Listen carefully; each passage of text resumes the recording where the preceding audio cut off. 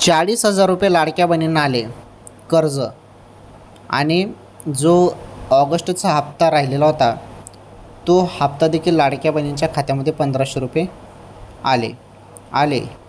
हो बहिणींनो, तुम्ही बरोबर ऐकतायत.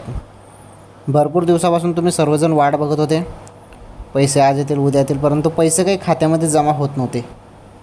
भरपूर लाडक्या बहिणी परेशान होत होत्या, पैसे कधी येतील. अखेर शासनाने तोडगा काढला आणि निर्णय घेताना हप्ता टाकण्यास सुरुवात केली. हो, 40,000 कर्ज तुम्हाला दिलं जाणार आहे. बाकी जिल्ह्यामध्ये मुंबई येथे 1,00,000 कर्ज 0% व्याजदराने सुरू करण्यात येत आहे आणि बाकीच्या जिल्ह्यामध्ये कर्ज 40,000 पर्यंत मिळू शकतं, परंतु त्याबद्दल अजून काही अपडेट आलेलं नाही.